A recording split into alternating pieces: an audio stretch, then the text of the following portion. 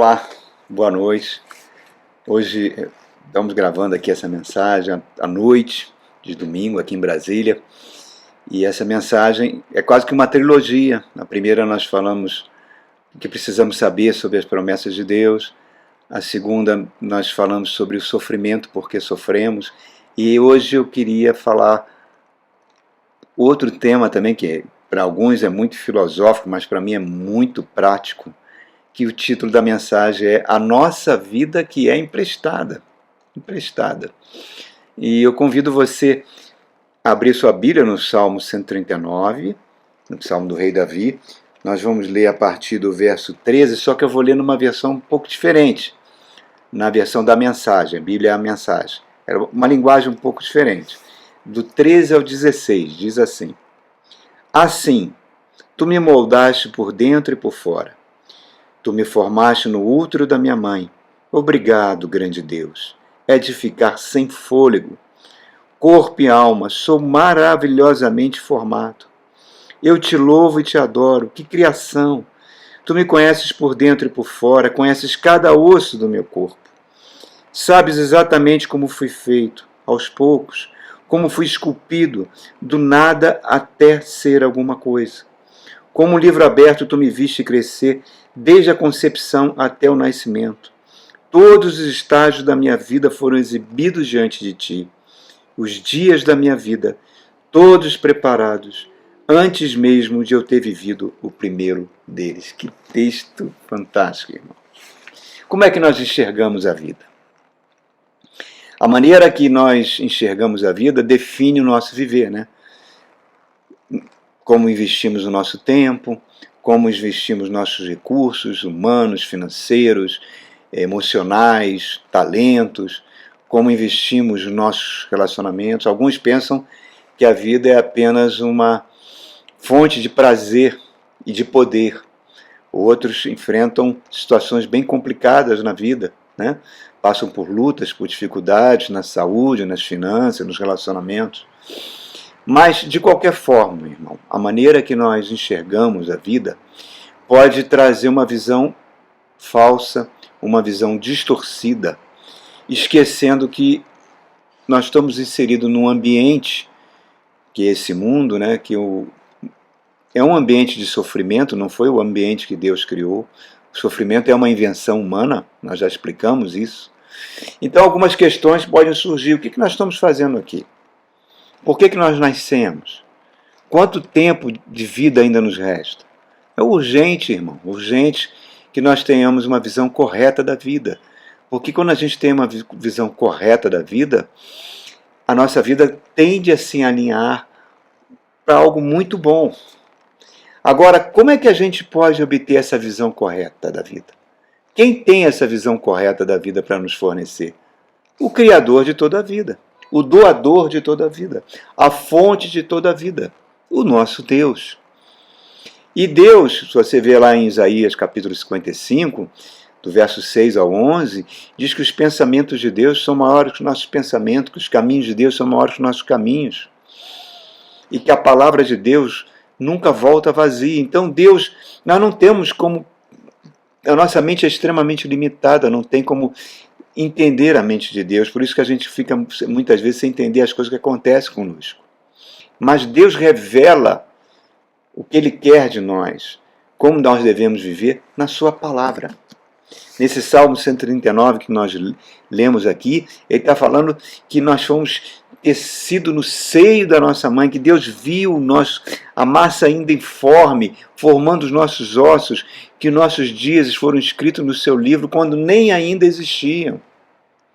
Hebreus capítulo 9, verso 27, diz que ao homem cabe viver apenas uma única vez, e depois segue-se o juízo. Então todas as teorias, com respeito a todas as religiões que creem nisso, sobre reencarnação, não tem respaldo nenhum na palavra de Deus. Então, queridos, lá em Jeremias capítulo 18, Deus manda Jeremias ir lá procurar um oleiro que estava fabricando um vaso, né, de barro, e Jeremias foi lá observar o trabalho desse oleiro e viu que alguns vasos não eram bons, o oleiro jogava fora, pegava a massa de novo e ia formando, até formar o vaso que ele queria. E Deus fala com Jeremias e fala: eu sou assim. A vida do ser humano me pertence. Eu defino quanto tempo de vida ele vai viver, quanto tempo de vida ele vai prosseguir. Tem pessoas que você, não, a pessoa se alimenta muito bem, faz muito exercício, vai viver muitos anos. Não, minha mãe fazia isso e faleceu com 54 anos. Temos exemplo aí de pessoas que bebem, fumam e passam dos 100 anos de idade. Então, esse prolongar da vida, ou esse encurtar da vida, não pertence a nós, pertence a Deus. Então eu tenho que tentar enxergar a vida de uma forma correta, para que o meu viver também seja de uma forma correta. E só pode ser se estiver alinhado com o propósito do Criador de toda a vida, que é Deus. Então eu queria falar aqui 4 fatos. Mais uma vez estamos diante de um tema muito profundo que eu não pretendo esgotar, mas 4 fatos muito práticos para que você possa refletir junto comigo. O primeiro fato, e isso é básico que a gente entenda, que a vida que nós temos não é nossa. A nossa vida foi emprestada por Deus. E depois nós iremos prestar conta do que fizemos com a nossa vida diante de Deus. O livro de Hebreus chama isso de juízo, né? Então, Jesus Cristo ilustra isso muito bem nas parábolas do talento, na parábola das minas, onde um senhor que tipifica Deus entrega para os seus servos um talento, que é um tipo de moeda local na época, o outro entrega 5, o outro entrega 10, e quando ele volta ele quer um ajuste de contas, ele quer saber o que foi feito com o talento que ele deu. O de 10 diz que investiu e rendeu mais 10. Ele chama servo bom e fiel, te darei muito mais. O de 5, idem. O de 1 enterrou o talento, ele chama de servo mau e negligente. Então reparem, irmãos, haverá uma cobrança. A Bíblia é muito clara do que nós estamos fazendo com a nossa vida que foi emprestada por Deus. Nós estamos sendo e seremos avaliados. Todas as atitudes que nós tomamos, por menor que sejam, terão consequências eternas.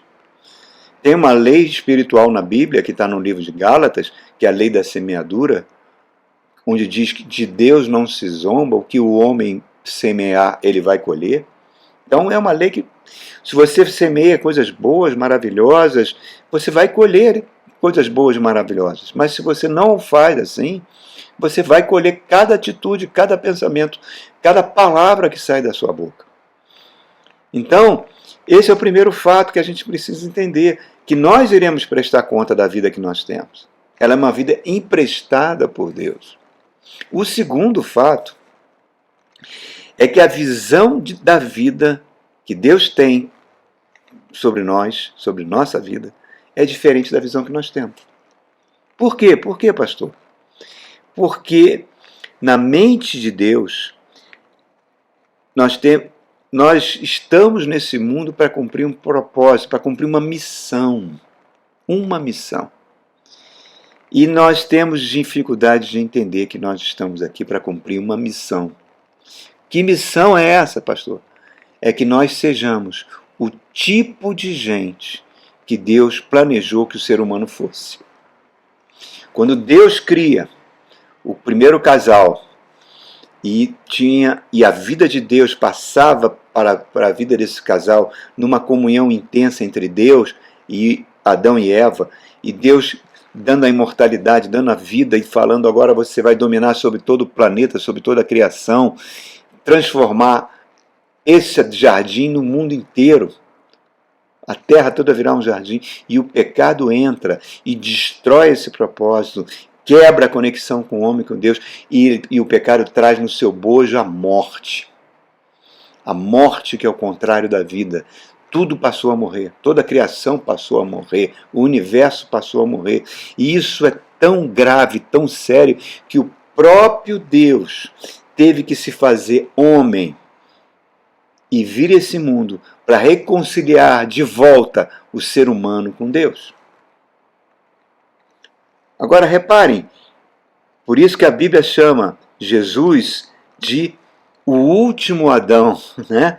A Bíblia diz em Romanos 8 que ele é o primogênito de muitos irmãos, que nós seremos como ele é.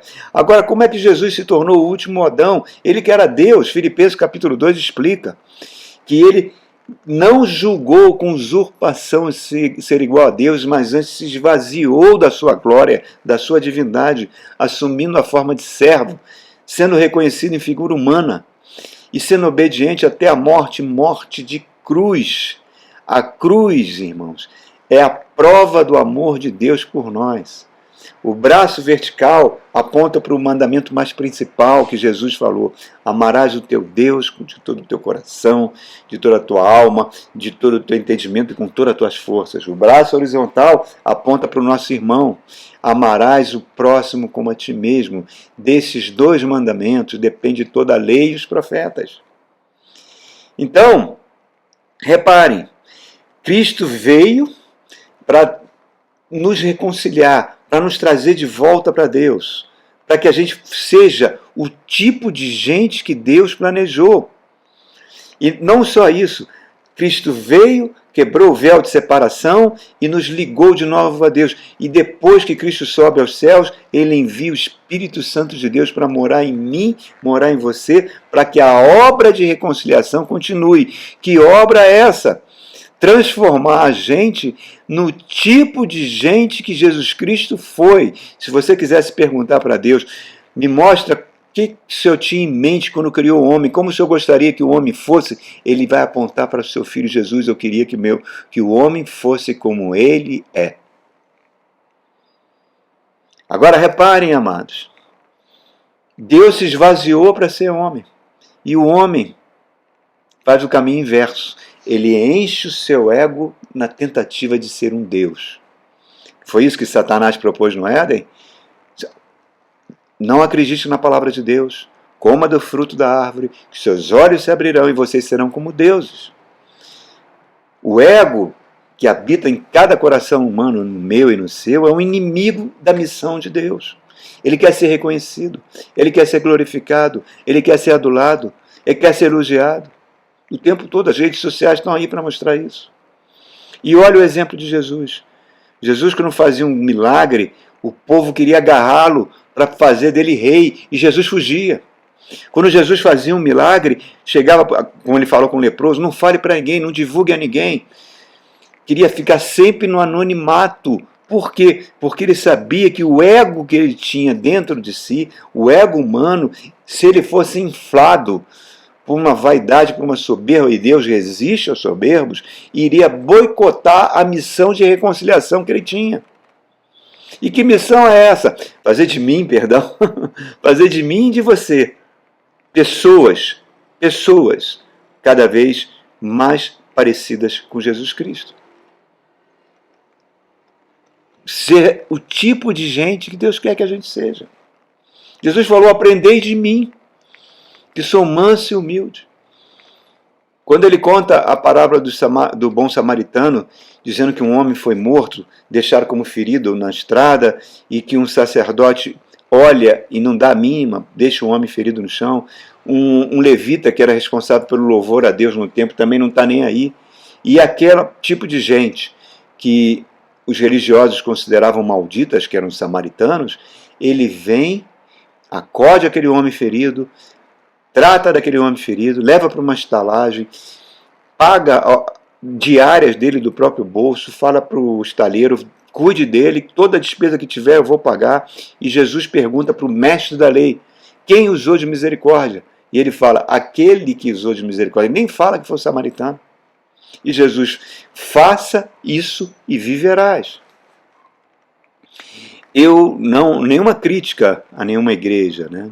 Mas eu vim de uma igreja neopentecostal, e eu via muitas pessoas que diziam: eu quero me consagrar para Deus, eu quero subir um monte, eu quero fazer jejuns, eu vou fazer retiro, vou fazer campanha disso, eu quero buscar o poder, eu quero ser cada vez mais espiritual. E Deus está falando para todos nós: eu não quero que vocês sejam mais espirituais, eu quero que vocês sejam mais humanos, que vocês sejam mais o tipo de gente que Jesus foi.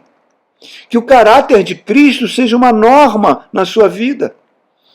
Lá em Antioquia da Síria, quando aquelas pessoas que estavam congregando na igreja iam para a cidade, o povo da cidade ficava espantando. Nossa, como essas pessoas são bondosas, como elas são amorosas, como elas são prestativas. Nossa, elas se parecem com aquele Cristo. Elas são parecidas com aquele Cristo. Aí falaram, então elas são os pequenos Cristos. A palavra pequeno Cristo no grego significa cristão. Por quê? Porque elas imitavam a Jesus. Paulo fala o apóstolo Paulo fala na epístola dos Coríntios, ele fala, aprendei de mim, sede meus imitadores como eu sou de Cristo. Então, irmãos, reparem, e depois Deus quer que a gente viva o que o apóstolo Paulo viveu, quando ele disse, agora já não sou mais eu que vivo, é Cristo que vive em mim. O que significa Cristo vive em mim? O caráter de Cristo está transformando o meu caráter. Eu começo a ser uma pessoa mais amorosa, mais bondosa, com mais compaixão, com menos recalques, com menos radicalismo, cada vez mais com o espírito de servir ao próximo, ser um tipo de gente que Deus quer que eu seja. Essa é a nossa missão. Esse é o propósito pelo qual você veio ao mundo e eu vim também. Nós estamos vivendo tempos que os cristãos não querem mais as virtudes cristãs. Eles não querem mais. Jesus falou, sereis conhecidos como meus discípulos se amardes uns aos outros. Mas parece que a gente não está querendo mais ser discípulo de Jesus. A gente está querendo ser discípulo de Nietzsche. Friedrich Nietzsche, filósofo alemão do século XIX, entrando pelo século XX, que escreveu 2 livros, Eco-Homem e Assim Falava Zaratustra, né? Onde ele traz a figura do super-homem ariano, daquele homem superior da raça, aquele homem que considera as virtudes judaicas cristãs como bondade, amor, compaixão, como fraquezas. Que o super-homem ele tem que ser aquele que conquista, aquele que toma, aquele que prospera, aquele que é um vencedor. E esse tipo de ensino foi que inspirou o nazismo e fez essa atrocidade da busca da raça superior que o nazismo trouxe. Isso está na contramão daquilo que Deus quer que nós sejamos. E como é que acabou Nietzsche? Nietzsche acabou louco no hospício, irmãos. Então, que a gente entenda que nós estamos em missão. Que, primeiro, a nossa vida não é nossa, é emprestada. Segundo fato, nós estamos em missão. E terceiro fato é que Deus enxerga a nossa vida como um campo de prova. Você sabe o que é um campo de provas? Quando, por exemplo, uma fábrica de automóveis vai criar um carro, né, fazem um protótipo, um modelo, e aí chama todos os engenheiros de mecânica, de eletricidade, os designers, enfim, todos que trabalham no projeto do carro, e levam para uma pista onde ele vai sofrer todo tipo de testes. Testes dificílimos para ver se aquele carro tem condição de ser lançado no mercado. E a nossa vida é como se fosse assim, irmãos. Jesus Cristo falou, olha, neste mundo, o mundo me odiou. Então, o mundo vai odiar vocês. Mas tem de bom ânimo. Eu venci o mundo. Passareis por tribulação, mas eu venci o mundo. E lá na frente, lá no capítulo 17, quando ele está fazendo uma oração ao Pai, ele fala, não os tire do mundo. Eles têm que ficar aqui, Pai, para que o caráter deles cresça, para que eles se transformem no tipo de gente que Tu quer que eles sejam. Para isso eu vim morrer na cruz. Então, irmãos, quando as promessas de Deus não acontecem na nossa vida, quando nós passamos por problemas difíceis, quando as nossas atitudes que tomamos, quando as orações não são respondidas, parece que Deus está em silêncio, quando nós somos atacados sem merecer, quando nós passamos por tragédias, né, como tem acontecido tantas atualmente, sem sentido, nós somos testados em nossa fé. Somos testados na nossa esperança, somos testados no nosso amor. Os momentos que Deus fica em silêncio, como é que a gente reage? Cada atitude que nós tomamos nesses testes são importantes. Ou nós vamos enterrar os talentos, ou vamos fazê-los multiplicar. Então, entender que nós estamos num mundo complicado e que esse mundo é um campo de provas. O propósito de Deus nos manter aqui é que a gente seja transformado no nosso caráter. Não foi Deus que criou o sofrimento. Esse mundo, como ele é um ambiente de sofrimento, é uma invenção humana. Mas Deus quer que nós sejamos aqui, para que a gente faça a diferença, para que a gente seja luz do mundo e sal da terra. E o último fato, irmãos, para a gente compreender por que a nossa vida é emprestada, é que Deus é um Deus de aliança. E aliança é um tipo de contrato, né? Onde existe uma contrapartida. Deus espera que nós também façamos a nossa parte. Eu sou professor de uma universidade, da Universidade Federal, e eu oriento alguns trabalhos de graduação, né, projetos finais, confecção de monografia. E todos os professores, inclusive eu, colocam, mais ou menos na época, no início do cada semestre, os temas que gostariam, que eles dizem que eles podem orientar os alunos. Eu coloco lá os temas que são afins à minha formação, e alguns alunos procuram-me para fazer o trabalho de monografia. Reparem, eu coloco os meios para eles desenvolverem a monografia deles. Agora, eu dou artigos, mando eles seguirem alguns tutoriais de programas, e capítulos de livros, e vou orientando durante aquele semestre para que eles façam o trabalho deles sozinhos com a minha orientação, mas o trabalho é deles.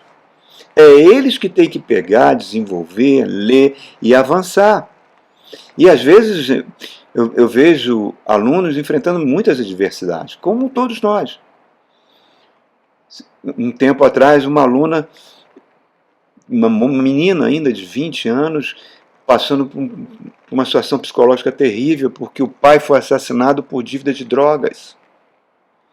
Ela, à base de remédios, barra pesadíssima, chorando, gritando, não tinha condições de continuar o trabalho. E depois, agora recentemente, outra aluna também perdeu o pai por Covid, perdeu o irmão por Covid, a mãe surtou e de repente ela virou herdeira das propriedades da família, uma menina ainda de 20 e poucos anos, começando a vida, e a pessoa sente ficar sem chão, começa a ficar desestabilizada. Para essas duas moças, eu fiz videoconferências, eu falei, olha, o melhor presente que vocês podem dar ao pai de vocês é vocês se formarem em engenheiras. É vocês são inteligentes, já chegaram até aqui, e essas dificuldades que vocês vão enfrentar na vida, vocês vão enfrentar sempre. Sempre nós vamos estar passando por isso. E você, à medida que eu fui falando essas palavras, a Bíblia fala que a palavra oportuna é como maçã de ouro numa bandeja de prata, eu vi o semblante dessas moças mudarem. Aquele semblante de desespero, de dor, passar a ser um semblante de confiança e avançarem nos seus trabalhos, progredirem nos seus trabalhos. Então, compete a elas avançarem. E assim é conosco, irmãos. Deus não vai fazer tudo por nós. Ah, peraí, pastor, Deus não é o Deus do impossível? É, Ele é o Deus do impossível quando você faz todo o teu possível. E aí, chegou no limite, aí Deus atua com o impossível, com o sobrenatural dele. Mas a nossa parte tem que ser feita. Deus nos trata como filhos amados. E o livro de Hebreus diz que Ele nos disciplina. E a disciplina de Deus nunca é agradável, mas é para o nosso próprio bem. Essa semana eu estava vendo uma entrevista de uma psicóloga que atende jovens em presídios, e muitos desses jovens vieram de famílias teoricamente estáveis, classe média alta, classe média, até de famílias de classe alta. E a psicóloga perguntou, por que vocês vieram parar aqui no presídio, com envolvimento com drogas? O que houve com o pai? Aí eles falaram, a grande maioria, nossos pais nos abandonaram. Como nos abandonaram? Ele não pagou escola para vocês? Pagou as melhores escolas, nos enchiam de presentes, mas nunca estavam presentes. Nunca nos disciplinavam. Quando nós não somos disciplinados, nós somos abandonados. E o contrário também é perigosíssimo, o excesso de proteção. Pais que protegem o filho não pode sair, o filho não pode ir para aquilo, não pode ir para aquilo, aquele filho vai crescendo, e de repente ele vira um adolescente e se revolta porque foi super protegido e acaba fazendo um monte de coisas totalmente contrárias à vida dele. Excesso de proteção torna a pessoa desprotegida. Mas Deus sempre vai nos proteger nas batalhas que a gente vai travar, irmão. Nunca, mas reparem, Ele nos protege, mas nunca nos poupa delas. Está lá o livro de Hebreus, capítulo 11, os heróis da fé, o que eles passaram. Testes e provas dificílimas. José do Egito foi alvo do ciúme, do ódio dos seus irmãos. Quiseram matá-lo. Acabaram vendendo ele como escravo. E ele, como escravo, ele foi para o mercado de escravos e foi comprado por um general egípcio chamado Potifar. E na casa de Potifar, a Bíblia sempre tem uma linhazinha ali, ó. Deus era com José. Então, ali na casa de Potifar, José aprendeu a ser submisso, a obedecer à autoridade, aprendeu regras, aprendeu protocolos, aprendeu a gerir os recursos financeiros e humanos que o seu patrão confiou a ele.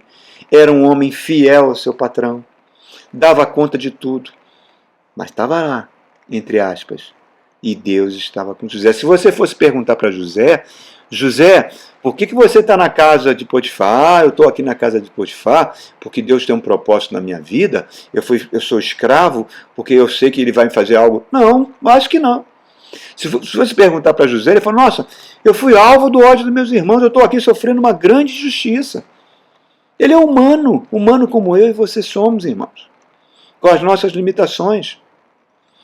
E aí você vê a mulher de Potifar, que devia ser uma mulher bonita, tentando seduzir o tempo todo José, até aquela arma, uma cilada, encurrala, coloca ele contra a parede, ele foge para não ter relações sexuais com a mulher do seu patrão, porque ele era fiel ao patrão e ele tinha temor de Deus. A mulher diz que ele tentou violentá-la e joga José na prisão, onde ele vai ficar anos na cadeia, injustamente. Você vai lá e pergunta a José, por que você está aqui na cadeia? Ah, que Deus tem um propósito? Não. Ele vai, no mínimo ele vai falar, Deus esqueceu de mim. Estou aqui abandonado. Mas na cadeia, a Bíblia põe lá a frase, Deus era com José. Cai nas graças do carcereiro.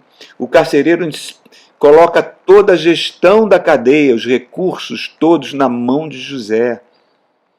Ele vai aprender a gerar os recursos em tempo de escassez. Tem um momento que ele adivinha os sonhos de um oficial do faraó e fala para esse oficial, fala para o faraó que eu estou aqui preso injustamente. E esse, por favor, fala com ele. E ele vai lá, volta para o faraó, esse homem, e não fala nada. E José continua esquecido mais 2 anos na cadeia. Deus estava ensinando a ele que ele não deveria depender de homens, que ele deveria botar sua dependência apenas exclusivamente em Deus. E no tempo certo, Deus levantou aquele escravo e presidiário e transformou ele no primeiro-ministro da nação mais poderosa do mundo. Por quê? Porque ele estava pronto para gerir crises que viriam. Ele salvou o império do Egito de quebrar com a fome. Ele salvou a descendência de Abraão. Ele salvou a futura nação de onde viria o Messias. Deus é especialista em tirar a gente do calabouço e nos colocar numa posição de destaque. Olha o exemplo de Davi. Quando Samuel vai na casa de Jessé, Jessé coloca todos os seus filhos, né? E Samuel fica impressionado com a beleza, com a fortaleza daqueles homens, achando que um deles seria escolhido por Deus, mas Deus não escolheu nenhum deles. Pergunta para Jessé, você não tem mais nenhum filho não, Jessé? Ah, eu tenho um lá de cabelo vermelho, que fica lá cuidando de ovelha. Manda chamar aquele garoto lá, o Davi. E Samuel recebe a ordem. Deus fala, eu não olho para as aparências, Samuel, eu vejo o coração.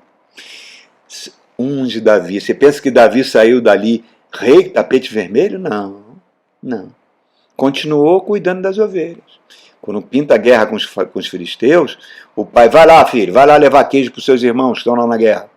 Quando ele chega lá, ele tem um teste na sua fé, ele vai enfrentar Golias, o maior guerreiro que existiu naquela época. E Davi o vence pela fé.